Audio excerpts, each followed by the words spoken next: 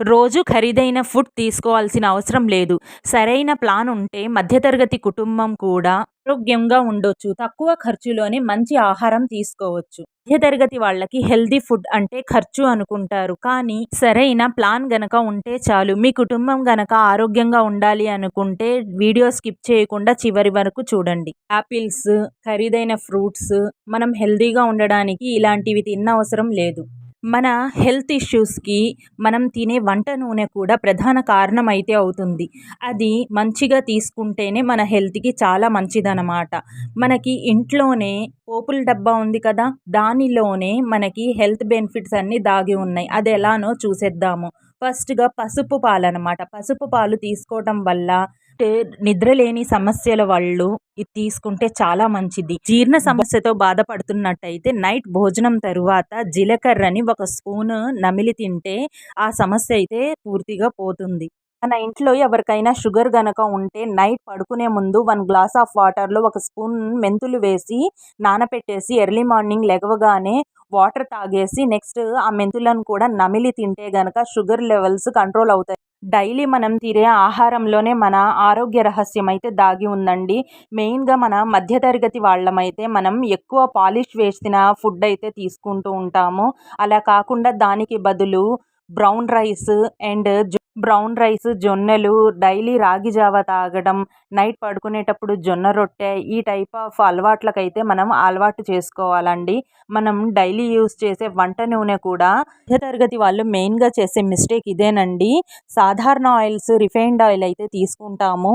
ఖర్చు తక్కువలో వస్తుంది కదా అని. దానికి బదులు మనము గానుగ నూనె యూజ్ చేయడం వల్ల మనకి మెయిన్ బెనిఫిట్ ఏంటంటే అది ప్యూర్ నూనె గనక మనం సాధారణ నూనె 3 స్పూన్లు వేసే చోట ఇది 1 స్పూన్ వేసినా మనకి సరిపోతదనమాట.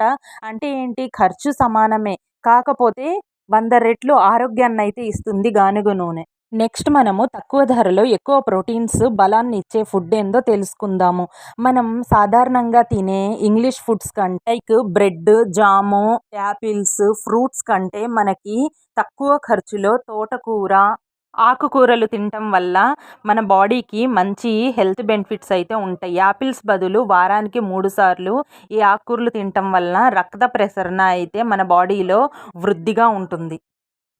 అలానే కంటి చూపుకు కూడా మంచి బెనిఫిట్ అని చెప్పొచ్చు. ప్రోటీన్ కోసం హై క్వాలిటీలో 700 పెట్టి బాదం పప్పు తినవసరం లేదు.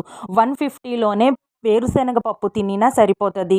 ఎవ్రీ నైట్ నీళ్ళల్లో నానపెట్టి మార్నింగ్ ఆ పప్పులను తింటే సేమ్ బెనిఫిట్స్ అయితే ఉంటాయన్నమాట.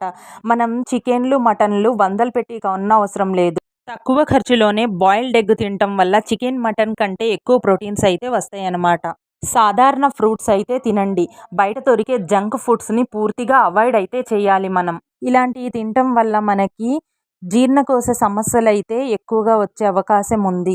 మనకి రూపాయి ఖర్చు లేని వాకింగ్, జాగింగ్ లాంటియి మన లైఫ్ స్టైల్‌లో అయితే అలవాటు చేసుకోవటం చాలా మంచిది. ఇలా చేయటం వల్ల మన బాడీ ఫిట్‌గా అయితే ఉంటుంది. మనం వందలు పెట్టి జిమ్‌కి వెళ్ళే బదులు గ్రౌండ్‌కి వెళ్ళి ఇలాంటి ఎక్సర్‌సైజెస్ చేసుకోవటం, లేకపోతే మన ఇంట్లోనే మెట్లు ఎగటం, దిగటం లాంటివి చేసినా కానీ మన మోకాళ్ళ నొప్పులు, బ్లడ్ సర్క్యులేషన్ బాగా ఉంటుంది బాడీకి. మన డైలీ లైఫ్‌లో ఇలాంటి వ్యాయామాలు మార్నింగ్ లెగవగానే ఇలా ఆసనాలు, యోగాలు చేయటం వల్ల కూడా మన బాడీ అయితే ఫిట్‌గా, హెల్తీగా అయితే ఉంటుందన్నమాట. ఇప్పుడు దాకా మనం ఎలాంటి ఫుడ్ తినాలి, ఎలాంటి వ్యాయామాలు చేయాలి చూసేసాం కదా!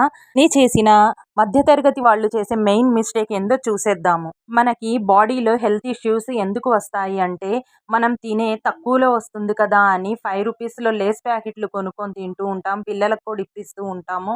వాటి వల్ల మన బాడీ కంట్రోల్ తప్పే అవకాశం అయితే ఉంటుంది.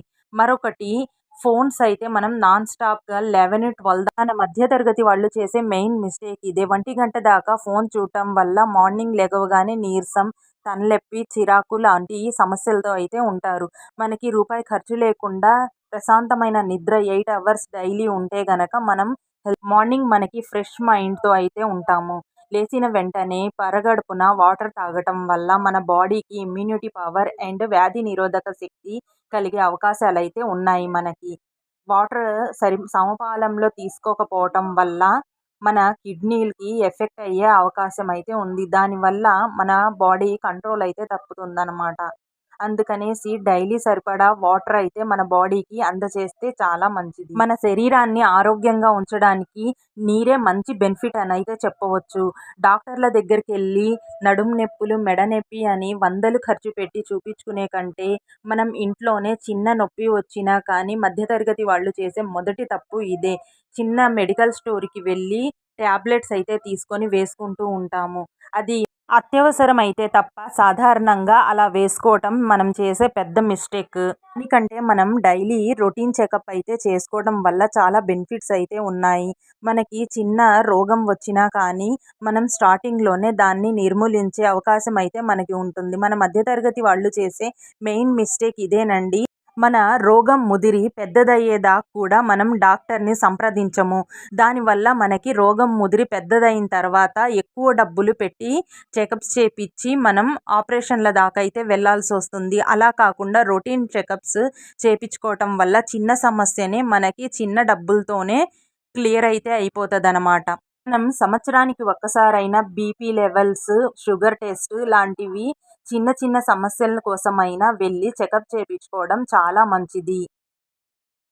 ఏదైనా రోగంని కనిపెట్టినప్పుడు చిన్న చిన్న టాబ్లెట్స్‌తో, మెడిసిన్స్‌తో మన రోగం అయితే క్లియర్ చేసుకునే అవకాశం అయితే ఉంటుంది. మన మధ్య తరగతి కుటుంబం వారికైతే ముందు జాగ్రత్త అతి మేలు అని నేనైతే అనుకుంటున్నాను. మనం డైలీ లైఫ్ స్టైల్‌లో మన మధ్య తరగతి వారు కూడా ఇలాంటి వ్యాయామాలను, ఆహార అలవాట్లను మార్చుకోవటం వల్ల మనం కూడా హెల్తీగా అయితే ఉండవచ్చు. తక్కువ ఖర్చులోనే మన మధ్య తరగతి వాళ్ళు కూడా ఆరోగ్యంగా అయితే ఉండవచ్చు. మీకు గనక ఈ వీడియో నచ్చినట్టయితే మీరు కూడా ఫాలో అవ్వండి.